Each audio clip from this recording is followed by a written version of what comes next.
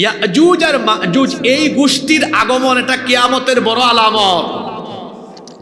ইয়াজুজ আর মাজুজ এরা বন্দী আছে, বন্দী থাকবে। এখন বলবেন হুজুর এরা কখন ছাড়া পাবে? এবার আসেন কখন ছাড়া পাবে আমরা শুনে নেই। আল্লাহর নবীর একজন সাহাবী যিনি সবচাইতে বেশি সংখ্যক হাদিস বর্ণনা করেছেন, সাইয়্যিদুল মুহাদ্দিসিন আবু হুরায়রা রাদিয়াল্লাহু আনহু, তিনি বলছেন তারা প্রতিদিনই এই প্রাচীর ভেদ করতে চায়।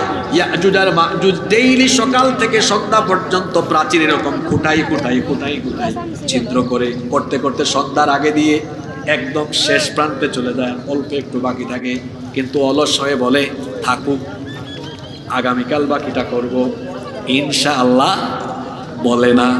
এরকম করে যুলকারনাইন যেদিন থেকে প্রাচীর বানিয়েছিলেন সেই দিন থেকে আজকে পর্যন্ত, আজকেও তারা খুঁটাইছে, কিন্তু খুঁটাই পারে না। একদিন তারা ভুলবশত মুখ থেকে বলে ফেলবে ইনশাআল্লাহ। যেদিন বলে ফেলবে ইনশাআল্লাহ, এর পরের দিন ঠিকই তারা প্রাচীর ভেদ করে দুনিয়ায় আসবে। এখন আপনি বলবেন হুজুর কত সালের কোন মাসের কত তারিখে আসবে? এটা আমিও তো জানি না, কেমনে বলতাম। তবে আল্লাহর রাসূল আমাদেরকে এটা জানিয়ে গিয়েছেন এরা কখন আসবে। ইয়াজুজ আর মাজুজ আসবে দাজ্জালকে হত্যা করার পরে। একজন নবীর এখনো মরণ হয় নাই, সেই নবীকে আল্লাহ আবারও দুনিয়ায় পাঠাবেন। বলেন তো সেই নবীর নাম কি? ঈসা ইবনে মারইয়াম। খ্রিস্টানরা ঈসা আলাইহিস সালামকে হত্যা করার জন্য এসে যখন চারপাশ ঘিরে ফিরেছিল, ঘরের চারপাশ, আল্লাহ তখন ঈসা নবীকে আসমানে উঠায় নিয়েছেন। তারা ঘরের ভেতর ঢুকলো, ঢুকার পরে আল্লাহ কি করলেন? তাদের মধ্যে একজনকে ঈসা নবীর সুরত দিলেন। এটা কি আল্লাহর জন্য সহজ না কঠিন? এখন তারা তাদেরই একজনকে বলে কিরে এই তো ঈসা, সে বলে না আমি ঈসা না, আমি মিসা। কয় না তুই ঈসা, হে কয় না আমি মিসা। হে যতই বলুক না কেন, তারা তাকে ধরে নিয়ে শুলে চড়ালো, শুলে চড়িয়ে হত্যা করলো। এখন বলেন তো তারা যাকে শুলে চড়িয়ে হত্যা করলো এটা আসলে ঈসা না মিসা? ওটা মিসা, ওইটা ঈসা ছিলেন না। ঈসা আলাইহিস সালামকে আল্লাহ আসমানে উঠায় নিয়েছেন। দাজ্জাল এসে গোটা দুনিয়াতে যখন তাণ্ডব লীলা চালাবে, দাজ্জালকে হত্যা করার জন্য ইমাম মাহদির জামানায় ঈসা আলাইহিস সালাম একদিন কোথায় আসবেন তিনি শুনেন? সিরিয়ার দামেস্ক শহরের পূর্ব দিকের সাদা গম্বুজওয়ালা মসজিদে একদিন ফজরের নামাজের ইমামতির টাইমে নামাজের একামত হয়ে যাবে। ঠিক এমন সময় সাইয়েদনা ঈসা আলাইহিস সালাম সিরিয়ার দামেস্কের পূর্ব দিকের সাদা গম্বুজওয়ালা ওই মসজিদে দুইজন ফেরেশতার কাঁধের উপরে ভর করে তিনি মসজিদের গম্বুজের উপর আরোহণ করবেন। মাহদী আলাইহিস সালাম দেখেই চিনে ফেলবেন, আসেন আপনি ইমামতি করেন। তিনি বলবেন না না আমি ইমামতি করব না, আপনি ইমামতি করেন। ইমাম মাহদী আলাইহিস সালাম ইমামতি করবেন। নামাজ যখন শেষ হয়ে যাবে ঈসা আলাইহিস সালাম দাঁড়িয়ে এবার বক্তৃতা করবেন, বলবেন শোনো দাজ্জালের দিন এবার শেষ হয়ে গিয়েছে। দাজ্জালকে কতল করার জন্য আমাকে যিনি পাঠিয়ে দিয়েছেন তিনি কি? ওইদিকে দাজ্জালও চলে আসবে তাণ্ডব চালানোর জন্য। এসে দেখবে তার জম ঈসা আলাইহিস সালামের আগমন হয়ে গিয়েছে। ঈসা নবীকে দেখে সে দৌড়াতে থাকবে। তখন ঈসা আলাইহিস সালাম তাকে দৌড়াতে ধরে ফেলবেন ফিলিস্তিনের বাবেলুত, যেই ফিলিস্তিনকে দাজ্জালের রুহানি সন্তান ইসরায়েলের অসভ্য ইহুদিরা যারা দখল করে রেখেছে, ওইখানেই হবে দাজ্জালের শেষ ধ্বংস। সেখানে তাকে ধরবেন, বাবেলুদে ধরে তাকে হত্যা করবেন। এবং দাজ্জালের অনুসারী কারা হবে? নবীজি বলেছেন ইহুদিরা হবে দাজ্জালের অনুসারী। সেই দিন তাদের উপরে এমন করে মুসলমানরা ঝাঁপিয়ে পড়বে। এরা যখন পাহাড়ের আড়ালে পাথরের চিপায় চাপায় কিংবা দেয়ালের আড়ালে থাকবে, দেয়ালের ইট কথা বলবে, পাথর কথা বলবে, গাছ কথা বলবে, বলবে হে মুসলমান আমার আড়ালে এক ইহুদি আছে তারে ধরো। আল্লাহু আকবার। এই অসভ্য ইসরায়েলের ইহুদিরা যারা দাজ্জালের রুহানি সন্তান, তারা ভাবছে ফিলিস্তিনকে মাটির সাথে মিশিয়ে দিবে, ফিলিস্তিন পৃথিবীর মানচিত্রে থাকবে, বরং ইসরায়েল নামে কোনো কিছু থাকবে না। অসভ্য ইহুদিরা তাদের বাপ দাজ্জালের সাথে দুনিয়া থেকে নিশ্চিহ্ন হয়ে যাবে। আমি বলছিলাম ইয়াজুজ মাজুজ কখন আগমন করবে, শুনতেছেন আপনারা? খেয়াল করে শোনেন। দাজ্জালকে যখন ঈসা আলাইহিস সালাম হত্যা করে ফেলবেন, দাজ্জালকে হত্যা করার পর পৃথিবীতে মোটামুটি শান্তি স্বস্তি ফিরে আসবে। তখন আল্লাহ তাআলা ঈসা আলাইহিস সালামকে বলবেন, ঈসা আলাইহিস সালামকে আল্লাহ তাআলা বলবেন, ইন্নী ক্বাদ আখরাজতু ইবাদাল্লি লা ইয়াদানি লি আহাদিন বিকিতালিহিম ফাহাররিজ ইবাদি ইলা তুর। আল্লাহ তাআলা ঈসা আলাইহিস সালামকে বলবেন, হে ঈসা, এখন আমার বান্দাদের মধ্য থেকে এমন দুইটা ভয়ঙ্কর জাতি বের হবে যাদের মোকাবেলা তুমি তো দূরের কথা, তুমি তো দাজ্জালকেই মেরে ফেলেছো, কিন্তু তুমি তোমার সাথের মুসলমানরা এমনকি দুনিয়ার কেউ তাদেরকে মোকাবেলা করার শক্তি রাখে না। আল্লাহু আকবার। আল্লাহ ঈসা আলাইহিস সালামকে বলবেন, ঈসা, তুমি তো দাজ্জালকেও হত্যা করেছো, ইহুদিদেরকে নিশ্চিহ্ন করেছো, কিন্তু এখন যারা বের হবে এখন আর তাদেরকে তোমরা কেউ মোকাবেলা করতে পারবে না। আল্লাহ ঈসা নবীকে বলবেন, তুমি তোমার সাথীদেরকে নিয়ে তুর পাহাড়ে আশ্রয় নাও। কোন পাহাড়? জোরে বলেন, কোন পাহাড়? ঈসা আলাইহিস সালাম তুর পাহাড়ে আশ্রয় নেবেন। অন্যদিকে অন্যান্য মুসলমানরা অনেকেই বিভিন্ন দুর্গে এবং নিরাপদ স্থানে আশ্রয় নিবে, সবাই পানাহারের বস্তু সামগ্রী নিবে, কিন্তু দেখা যাবে তাতেও ঘাটতি দেখা দিবে। এমন দুর্ভিক্ষ তখন পৃথিবীতে নেমে আসবে, গরুর একটা মাথাকে তখন 100 দিনারের চাইতেও আরো উত্তম মনে করা হবে। আল্লাহু আকবার। ইয়াজুজ আর মাজুজ এই দুই গোষ্ঠী তখন, ওই যে বললাম প্রতিদিন খুঁটে কিন্তু পারে না, ভুলবশত তখন ইনশাআল্লাহ বলবে, পরের দিন তারা বের হয়ে যাবে, একসাথে তারা নেমে আসবে। এবং এই কাহিনী আল্লাহ তাআলা কোরআনে কারিমে এভাবে বলছেন। কোরআনে কারিমের 21 নম্বর সূরা সূরাতুল আম্বিয়া এর 96 নম্বর আয়াতে আল্লাহ বলছেন, হাত্তা ইদা ফুতিহাত ইয়াজুজ ওয়া মাজুজ ওয়া হুম মিন কুল্লি হাদাবিন ইয়ানসিলুন। পাহাড়ের উপর থেকে তারা গড়িয়ে গড়িয়ে নেমে আসতে থাকবে। এরপরে তারা এমন তাণ্ডব লীলা চালাবে, খুব ভালো করে শুনেন, সারা পৃথিবীতে এসে তারা তাণ্ডব লীলা চালাবে, যারাই সামনে পাবে তারাই তারা মেরে ফেলবে, লুণ্ঠন করতে থাকবে। এমনকি এরা এত সাংঘাতিক, এদের প্রথম দল যখন নেমে আসবে, সারা দুনিয়ায় যত মিষ্টি পানি আছে সব নদীর পানি, সাগরের পানি পান করে তারা নিঃশেষ করে ফেলবে। কি বর্বর জাতি, চিন্তা করছেন? প্রথম দিনেই দুনিয়ার সব পানি খায়া, এরপরে যে দল আসবে এরা সবকিছু শুকনা দেখে মনে করবে পৃথিবীতে মনে হয় কোনোদিন পানিও ছিল না। ঠিক বলবেন না? বলেন আল্লাহু আকবার। আপনি ঠিক বললেও কোরআনের কথা ঠিক, ঠিক না বললেও কোরআনের কথা ঠিক। আহারে, চতুর্দিকে ভীতি এবং ত্রাস ছড়িয়ে যাবে। তাদের থেকে আত্মরক্ষা করার জন্য মুসলমানরা গবাদি পশু সঙ্গে করে করে বিভিন্ন দুর্গে আশ্রয় নিবে। সারা দুনিয়াতে হাহাকার আরম্ভ হয়ে যাবে। এমন সময় ঈসা আলাইহিস সালামও দেখবেন চতুর্দিকে খাদ্যের সংকট আরম্ভ হয়ে গিয়েছে, খাবার নাই, খাবারের অভাবে দুর্ভিক্ষ লেগে গিয়েছে। এমন সময় ঈসা আলাইহিস সালাম আল্লাহর দরবারে হাত তুলবেন, তিনি বলবেন, আল্লাহ, এই ইয়াজুজ আর মাজুজ, এই অসভ্য বর্বর হিংস্র হায়ানাদের থেকে আমাদেরকে বাঁচাও।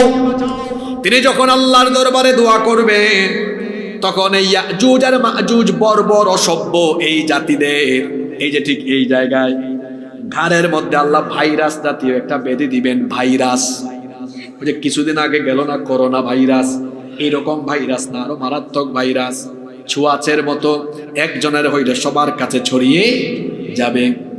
ঈসা আলাইহিস সালামের এই দোয়া আল্লাহ কবুল করলেন। আল্লাহ কবুল করলেন। এমন একটা মহামারী আল্লাহ পাঠালেন, এই মহামারীতে ইয়াজুজ মাজুজের সবাই আক্রান্ত হয়ে গেল। ধীরে ধীরে সবাই মরে গেল, মারা যাবে। মারা যাওয়ার পরে অবস্থা কি হবে শুনেন। আল্লাহ নবী বলেছেন, সারা দুনিয়ায় একটু জায়গাও ফাঁকা থাকবে না, দুনিয়ার সব জায়গায় ইয়াজুজ আর মাজুজের লাশের কারণে ভরপুর হয়ে যাবে। চিন্তা করেন, অল্প একটু জায়গাও ফাঁকা থাকবে না, লাশ পরে গলে পচে দুর্গন্ধ হয়ে যাবে। আল্লাহ বলবেন, ঈসা, এবার তুমি তোমার সাথীদেরকে নিয়ে তুর পাহাড় থেকে নিচে আসো।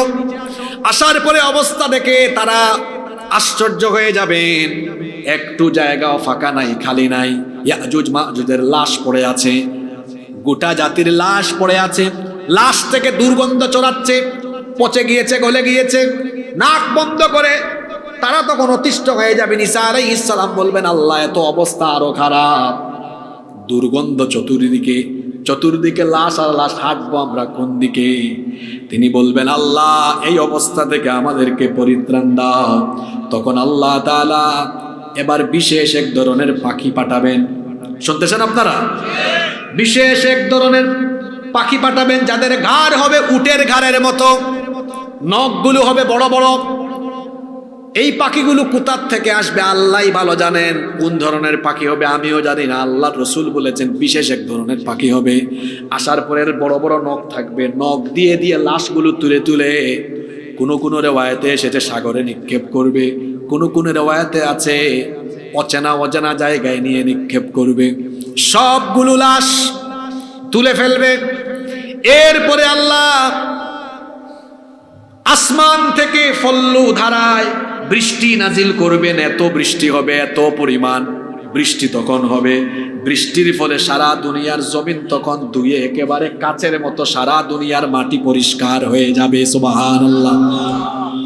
এরপর আল্লাহ জমিনকে আদেশ করবেন, জমিনকে আল্লাহ বলবেন, তোমার পেটের ভেতর থেকে ফুল ফল উদ্গীরণ করে দাও, নতুন করে তোমার ভেতর থেকে বরকত প্রকাশ করো।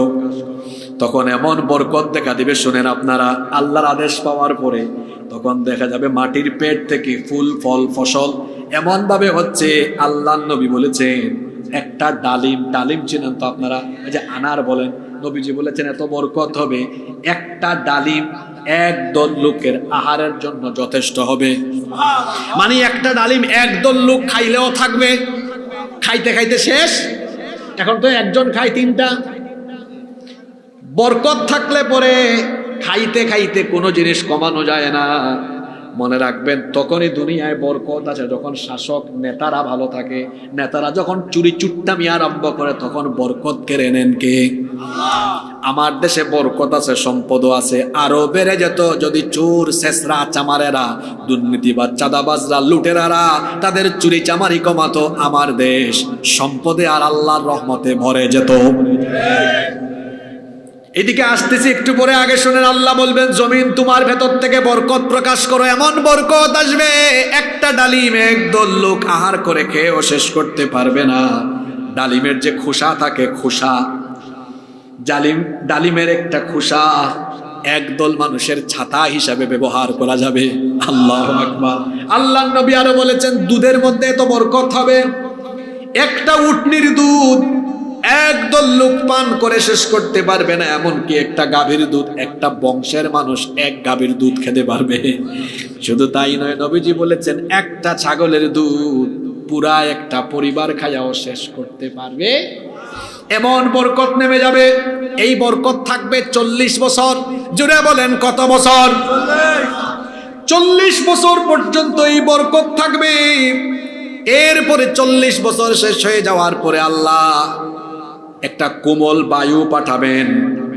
এই বায়ু যারা মুসলমান থাকবে সেই সময়ে তাদের বগলের নিচে এই বায়ুর ফলে এক ধরনের বিশেষ রোগ দেখা দিবে এবং সব মুসলমানরা মারা যাবে।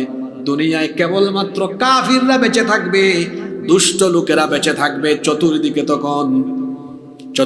তখন শুধু অন্যায় চলবে, অপকর্ম চলবে, শিরক চলবে, জেনা তখন এমন বাড়বে কুকুরের মতো মানুষ রাস্তাঘাটে জেনা ব্যভিচারে জড়িয়ে পড়বে। আল্লাহ আল্লাহ বলার মতো যখন কেউ আর থাকবে না, হঠাৎ করে একদিন পশ্চিম দিক থেকে সূর্য উঠায়া কিয়ামতের ঘটনা যিনি ঘটায়া দিবেন তিনি কে? আল্লাহ। যুলকারনাইনের এই কাহিনী প্রায় 1.5 পৃষ্ঠা জুড়ে আলোচনা হলো, যেখানে ইয়াজুজ আর মাজুজ গোষ্ঠীর জন্য তিনি একটা প্রাচীর নির্মাণ করেছেন। এরা এখনো ওই প্রাচীরের মধ্যে আটকা আছে, কিন্তু এরা ওই প্রাচীর থেকে একদিন বের হয়ে আসবে। যেদিন বের হয়ে আসবে তামাম দুনিয়া লন্ডভন্ড করে দিবে, তামাম দুনিয়া মেসাকার করে দিবে। এরপরে একটা বিশেষ রোগ দিয়ে, ভাইরাস দিয়ে এদেরকে আবার ধ্বংস করে দিবেন কে? এখন আপনারা বলবেন, হুজুর এত বড় কাহিনীটা কেন বলছেন? আপনাদেরকে 7টা শিক্ষা দেওয়ার জন্য বলছি। কয়টা শিক্ষা? এটা হলো সবক। এই সবক নিয়ে এখন বাড়িতে যাবেন। আপনারা কি বেশি না বড় জোর 8-10 মিনিট মনোযোগী থাকতে পারবেন? আমি তো আরো 2 বার এসেছি আপনাদের এখানে, খুব ভালো মানুষ আপনারা, মন দিয়ে শুনেন, আজকেও এর ব্যতিক্রম হচ্ছে না, আলহামদুলিল্লাহ। আমি তো ঘটনা বললাম, মজা লাগছে সবার, এখন যেগুলা বলবো সবার মজা লাগবে না। খালি ঘটনা শুনলে হবে না, এর ভিতরে শিক্ষা কি আছে ওইগুলা নিয়ে বাড়ি যেতে হবে। 7টা শিক্ষা বলবো। 1, জুলকারনাইন তিনি ক্ষমতা পেয়ে ক্ষমতার অপব্যবহার করেন নাই। আমি একটা আয়াত পড়েছিলাম না, আল্লাহ তাকে দুনিয়া বিজয় করে দুনিয়া চালাবার সব উপাদান দিয়েছিলেন। এই যে ক্ষমতার সব উপাদান পেয়েছেন, এই উপায় উপকরণ পাওয়ার পরে সম্পদ কামানোর স্বার্থে, বিল্ডিং করার স্বার্থে, নিজের পেট ভরার স্বার্থে তিনি তার গোটা জীবনে কোনো মানুষের উপর জুলুম। আমার সমাজে এমন বহু মানুষ আছে ক্ষমতা পাইলে আর ঠিক থাকতে, ক্ষমতা এটা বড় সেন্সিটিভ জায়গা। অনেকে আছে ক্ষমতায় যাওয়ার আগে একরকম, যাওয়ার পরে মাইক পায় না। আরে বাপরে বাপ, পাইলে আর এরকম হয় না অনেক সময়। অবস্থাটা হলো এমন, যে যখন চেয়ারে সে উঠে যায় তখন গিয়ারে। এই যে আমি চেয়ারে, আমিও এখন গিয়ারে। কিন্তু চেয়ারে বসলে মনে থাকতে হবে চেয়ার থাকে, চেয়ারে বসা ব্যক্তি। এই যে একটু আগে ইয়াহিয়া তাকি আমার ভাই আলোচনা করলেন, তিনি চলে গেলেন, কিছুক্ষণ পর আমিও চলে যাব। চেয়ারটা দেখছেন এখনো আছে, কিন্তু আমরা চেয়ারে বসে গেলে মনে করি হামসে বড় কোন হে, যা মন চাই তাই করি, ক্ষমতার অপব্যবহার করি, আমার সামনে যত সরঞ্জাম থাকে এগুলোর অপব্যবহার আরম্ভ করি। বাদশা জুলকারনাইনের কাছে তরবারি ছিল, সৈন্য ছিল না, কিন্তু কখনো এটা দিয়ে মানুষের উপর জুলুম করেন নাই। এখান থেকে শিক্ষা হলো, আমরা ক্ষমতা পেলে ক্ষমতার উপকরণকে কখনো অপব্যবহার করব না। কিন্তু আমরা তো দেখি অনেকে ক্ষমতা পাওয়ার পরে গুলি পিস্তল যা কিনা হয় দেশের স্বাধীনতা সার্বভৌমত্বের জন্য, যা কিনা হয় দেশের মানুষের নিরাপত্তার জন্য, আমরা এই দেশে দেখেছি ক্ষমতা পাওয়ার পরে ক্ষমতার সঠিক ব্যবহার না করে অনেকে ক্ষমতায় থাকার স্বার্থে জনগণের টাকায় কেনা গুলি জনগণের বুকে ঢুকায় দিয়া ক্ষমতায় থাকতে চেয়েছে। এটা কি ক্ষমতার সঠিক ব্যবহার না অপব্যবহার? 5 আগস্টের আগে ওই যে কত 16 না 17 জুলাই আবু সাইদ মারা গেল, কত তারিখে? 16 তারিখ মনে হয় না? এর পরবর্তী জুমায় আমি বলেছিলাম, পুলিশদেরকে বলছিলাম, আপনার পরনের ইউনিফর্ম ড্রেস জনগণের পয়সায় কেনা, বেতন ভাতা জনগণের পয়সা দিয়ে হয়, সুতরাং জনগণের পয়সায় কেনা ইউনিফর্ম, জনগণের পয়সায় কেনা গুলি বোমা যদি জনগণের বুকের উপরে আর চালাতে থাকেন, জনগণ এমন করে ধরবে তখন দেখা যাবে পোশাক খুলে দৌড়ে যাওয়া লাগবে।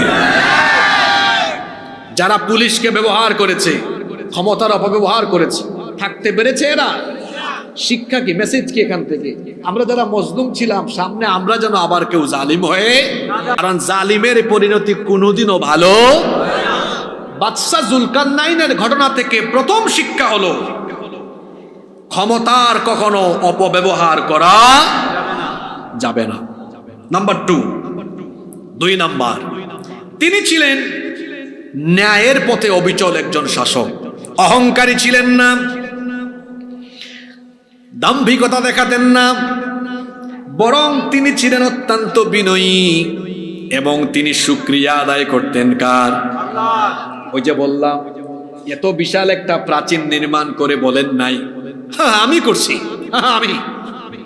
আমরা কিছু বানাই নেই বলি আমরা এটা বানিয়েছি ওইটা বানিয়েছি, একটু বলে না আলহামদুলিল্লাহ আল্লাহ তৌফিক দিয়েছেন বলে বানিয়েছি, কথাটা কিন্তু একরকম না। একটা আমরা বানিয়েছি অহংকারের প্রকাশ হয়, আরেকটা আল্লাহর রহমতে বানিয়েছি, এইটার মধ্যে বিনয় আছে না নাই? তিনি এত বড় বিরাট প্রাচীর বানালেন, বানানোর উপরে বললেন হাদা রাহমাতুম মির রাব্বি, এটা আমার রবের দয়া। সুবহানাল্লাহ পড়বেন না? অহংকারী হওয়া যাবে না। আল্লাহ বলেছেন আল কিবরিয়া উরিদাই, অহংকার আমার চাদর, যে আমার চাদর নিয়ে টানাটানি করবে আমি তারে বেইজ্জত বানাবো। এই জন্য দুনিয়ায় যারা শাসক হয়ে অহংকারী হয়েছে তারা নাস্তানাবুদ হয়েছে।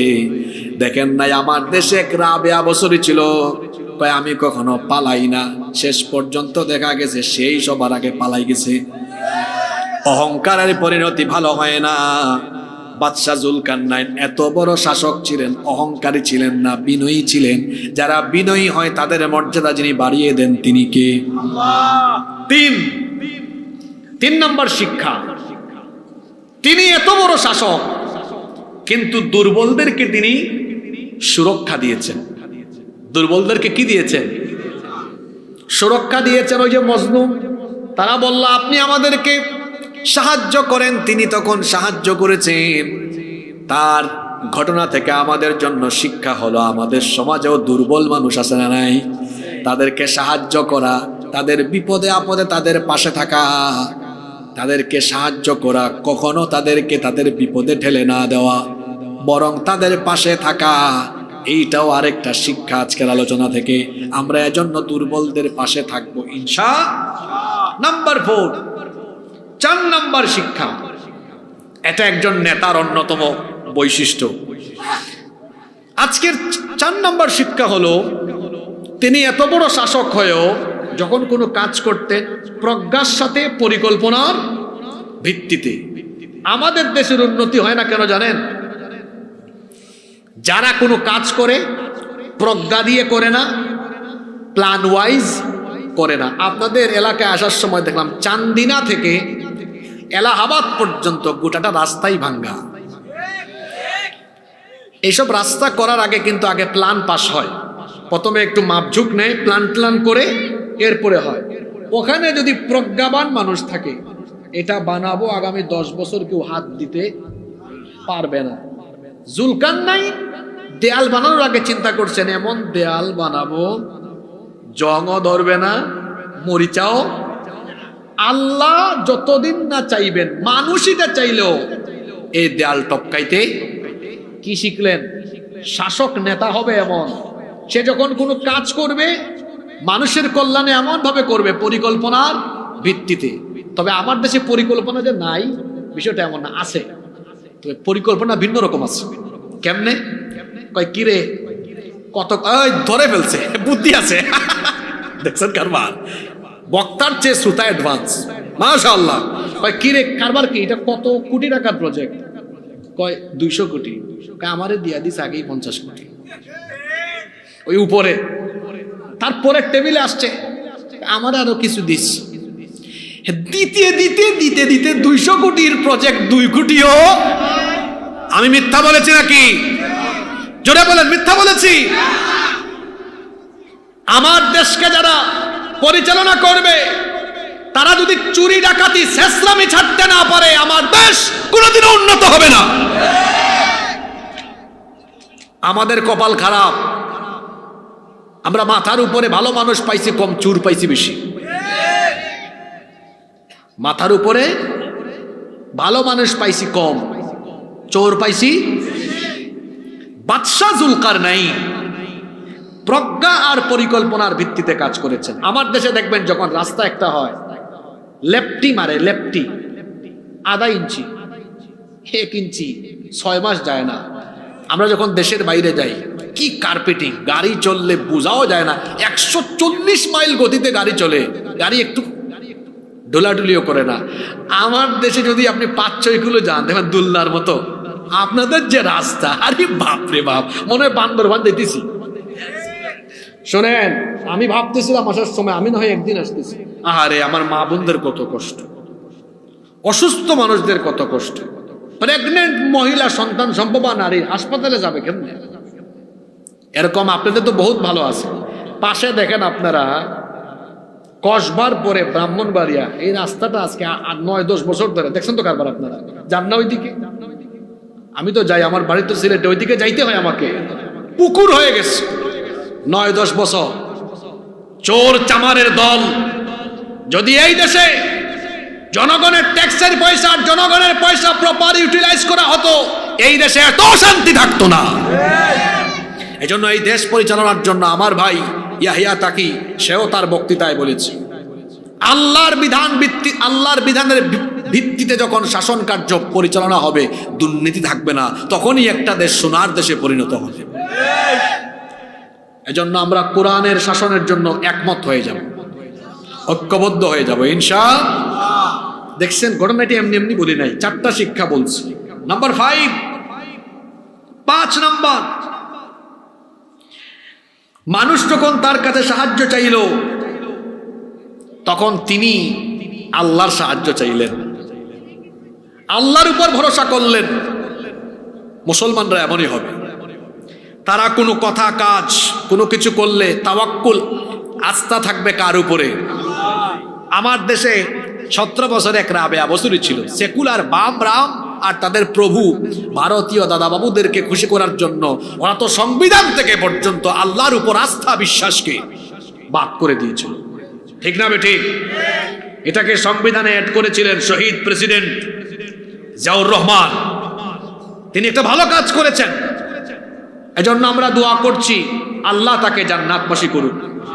ওনার স্ত্রী সাবেক 3 বারের প্রধানমন্ত্রী বেগম খালেদা জিয়া খুব অসুস্থ, ভদ্র মহিলা। আপনারা বলেন তো, বলেন যাবাই না, বিএনপি করে এমন কয়েকজন এখন ফ্যাসিবাদী কায়দায় কথা বলে,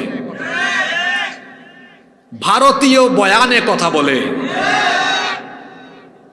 আপনার নেত্রীর কাছ থেকে কথা বলার তরিকা শিখেন। আপনার নেত্রী সারা জীবন আলেম উলামাদেরকে সম্মান করেছেন, আলেমদের সাথে পরামর্শ করে কাজ করেছেন। জনাব তারেক রহমানকে বলবো, আপনার দলের এই 5-8 গোলাম ভারতীয় গোলামদেরকে একটু চিহ্নিত করেন, নইলে আপনিও এদের কাছে হেফাজত থাকতে পারবেন না। আলেমদের চোখের পানি অভিশাপ হয়ে তার উপরে আল্লাহর গজব হয়ে ফিরে এসেছে। তা আমি বলছি, আমি তো অমিলুকও করি না, বিএনপিও করি না, বিষয়টা এমন নয়। যেটা সত্য, যেটা বাস্তবিক, সেটা বলেছি আমি। তো যাই হোক, উনি অসুস্থ, দোয়া করছি আল্লাহ তাকে পরিপূর্ণ শিফা দান করেন। আমি 5 নাম্বার শিক্ষার কথা বলছিলাম, আল্লাহর উপরে ভরসা থাকতে হবে।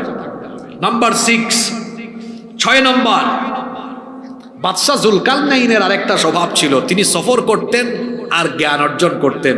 আমাদের উস্তাদরাও বলতেন, তুমি কিতাব থেকে যে জ্ঞান পাবে, কিতাবের সাথে সাথে সফর করলে আরো বেশি জ্ঞান এর সাথে অ্যাড হয়ে যাবে। সুবহানাল্লাহ। আপনি যখন বিভিন্ন ভাষা, বৈচিত্র্য, পরিবেশের সাথে মিশবেন, অনেক কিছু শিখতে পারবেন। তিনি যেটা শিখেছেন সেটাকে আবার পজিটিভ ওয়েতে কাজে লাগিয়েছেন। 7 এবং সর্বশেষ একটা গুরুত্বপূর্ণ শিক্ষা আছে, সেটা হলো ওই যে ইয়াজুজ আর মাজুজের গোষ্ঠী প্রাচীর ভেদ করতে পারে না। কেন পারে না? কি না বলার কারণে? যেদিন ইনশাআল্লাহ বলবে সেই দিন প্রাচীর ভেদ করতে পারবে। তবে এরা এখন ইনশাআল্লাহ বলবেও না, বলবে দাজ্জাল এসে, দাজ্জাল মরে যাওয়ার পরে। ইনশাআল্লাহর কথা কেন বললাম? তাহলে বোঝা গেল ইনশাআল্লাহর গুরুত্ব আছে। আমরা অনেকে এখন পাশ্চাত্য কালচার, সংস্কৃতিতে অভ্যস্ত হয়ে গিয়েছি। কিরকম? যেমন দেখা হলে সালাম দেই না, আমরা বলি হাই, হেই, হোয়াটসঅ্যাপ। তো বলেন তো, মুসলমানের সাথে মুসলমানের দেখা হলে সে কি হাই, হেই বা হোয়াটসঅ্যাপ বলবে? কি বলবে? হ্যাঁ, সালামটা শুদ্ধ। আমাকে একটা সালাম দেন তো, শুদ্ধ করে সালাম দেন। দেখছেন কতগুলা সালাম আদায় করলাম। ওয়ালাইকুম আসসালাম ওয়া রাহমাতুল্লাহি ওয়া বারাকাতুহু। কেন অনেকে অশুদ্ধ সালাম দেয়? আসসালামু আলাইকুম। আসসালামু আলাইকুম মানে আপনার উপর শান্তি বর্ষিত হোক, আর সালাম আলাইকুম মানে তুই মরি যা। তাইলে অশুদ্ধ উচ্চারণে সালাম দেওয়া যাবে না। এরপরে ওয়াও, সুন্দর কিছু দেখছে, এত সুন্দর, ওয়াও। এটা কি ওয়াও হবে না মাশাআল্লাহ? মাশাআল্লাহ।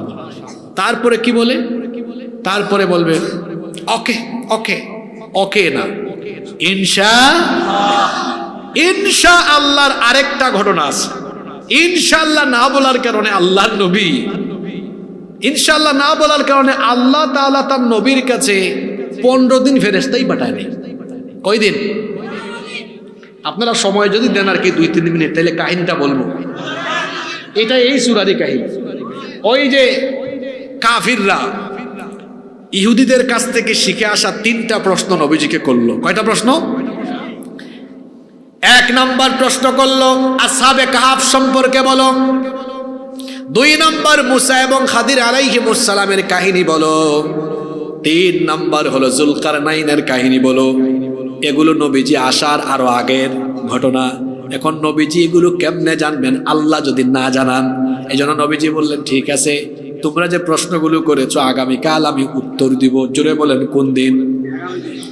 কাফিররা পরের দিন আসলো, নবীজি চুপচাপ, নবীজি কোনো জবাব দিলেন না। কাফিররা মনে মনে ভাবলো ধরা খাইছে, সে যে নকল নবী, বহুত দিনে ধরছি। নবীজি চুপচাপ বললেন, শোনো, তোমরা যে প্রশ্নগুলো করেছো এটার জবাব আমি আজকে দিব না, এটার জবাবটা আমি আগামীকাল দিব। আগামীকাল আসো। 3 নাম্বার দিন কাফেররা আবার আসলো, নবীজি চুপচাপ, সেদিনও কোনো জবাব দিলেন না। কাফেররা একটা আরেকটার কানে কানে করে, দেখছো কারবার, আসলেই ধরে ফেলছি। নবীজি বললেন আগামীকাল আসো। এবার কাফেররা 4র্থ দিন আসলো। 4র্থ দিন আসার পরেও নবীজি চুপচাপ, আল্লাহর নবী কোনো জবাব দিলেন না। এক কাফির আর এক কাফিরকে বলে, দেখছো কারবার, অনেকদিন পরে ধরছি, সে যে ভণ্ড নবী, নাউজুবিল্লাহ, এতদিন পরে ধরছি। এই রকম করে 1 দিন আর 2 দিন নয়, এই রকম করে কাফেররা আসতেই লাগলো। গোটা মক্কায় সমালোচনা আরম্ভ হলো। এতদিনে আমরা তাকে ধরেছি, সে আসলে আসল নবী না। কাফেরদের সমালোচনা বাড়ল। আর অন্যদিকে আমার নবীর দুশ্চিন্তা বেড়ে গেল, আমার নবীর টেনশন বেড়ে গেল। একদিকে কাফেরদের দুশ্চিন্তা বাড়ল, একদিকে কাফেরদের সমালোচনা বাড়ল, অন্যদিকে একদিকে কাফেরদের সমালোচনা, অন্যদিকে নবীর টেনশন যখন বাড়ল, এইভাবে করে 1 দিন আর 2 দিন নয়, একটানা 15 দিন পর্যন্ত চলে গেল। আল্লাহর নবী কোনো জবাব দিলেন না। এরপরে 15 দিন পরে আল্লাহ তাআলা ওহী নাজিল করলেন। ওহী নাজিল করে আল্লাহ তাআলা জানিয়ে দিলেন, 3টা প্রশ্নের উত্তর দিয়ে পূর্ণাঙ্গ একটা সূরা কাহাফ নাজিল করে 3টা প্রশ্নের বিস্তারিত উত্তর দিলেন। আর উত্তর দিতে আল্লাহ কেন 15 দিন লেট করলেন সেটাও আল্লাহ এই সূরায় বললেন, ওয়ালা তাকুলান্না লিশাইইন ইন্নী ফাইলুন যালিকা গাদান ইল্লা আইয়াশা আল্লাহ। ইনশাআল্লাহ বলা ছাড়া আগামীকাল কোনো বিষয় আপনি করবেন নবী, এটা আপনি বলতে পারেন না। ইনশাআল্লাহ বলেন নাই দেখে আমি 3 প্রশ্নের উত্তর দিতে লেট করছি কয়দিন? জোরে বলেন না, কয়দিন? এখান থেকে একটা শিক্ষা নেন, ভবিষ্যতের কিছু বলবেন বা করবেন, বলবেন কি ইনশাআল্লাহ। তবে আমার দেশে এখন ইনশাআল্লাহর অপব্যবহার হয়। যেমন আমরা বলি ইনশাআল্লাহ আগামীকাল মাহফিলটা হবে, কিন্তু অনেকে অপব্যবহারও করে। আগামীকাল আমার একটা সিনেমা মুক্তি পাবে ইনশাআল্লাহ। এটা কি সঠিক ব্যবহার না অপব্যবহার? ভাই সব আপনাদের দাওয়াত, আগামীকাল এলাহাবাদে কনসার্ট হবে ইনশাআল্লাহ। এটা কি সঠিক ব্যবহার না অপব্যবহার? মানে করবে খারাপ কাজ আবার ইনশাআল্লাহ বলতেছে, তো অপব্যবহার করা যাবে না। তাইলে এই মোট কয়টা শিক্ষার কথা বললাম? 7টা শিক্ষা। আসুন আমরা এই জুলকারনাইনের ঘটনা থেকে 7টা শিক্ষা নিয়ে আমরা এগুলো আমাদের জীবনে বাস্তবায়ন করি। আল্লাহ তাআলা আমাদেরকে এই কথাগুলো আমল করবার তৌফিক দান করেন।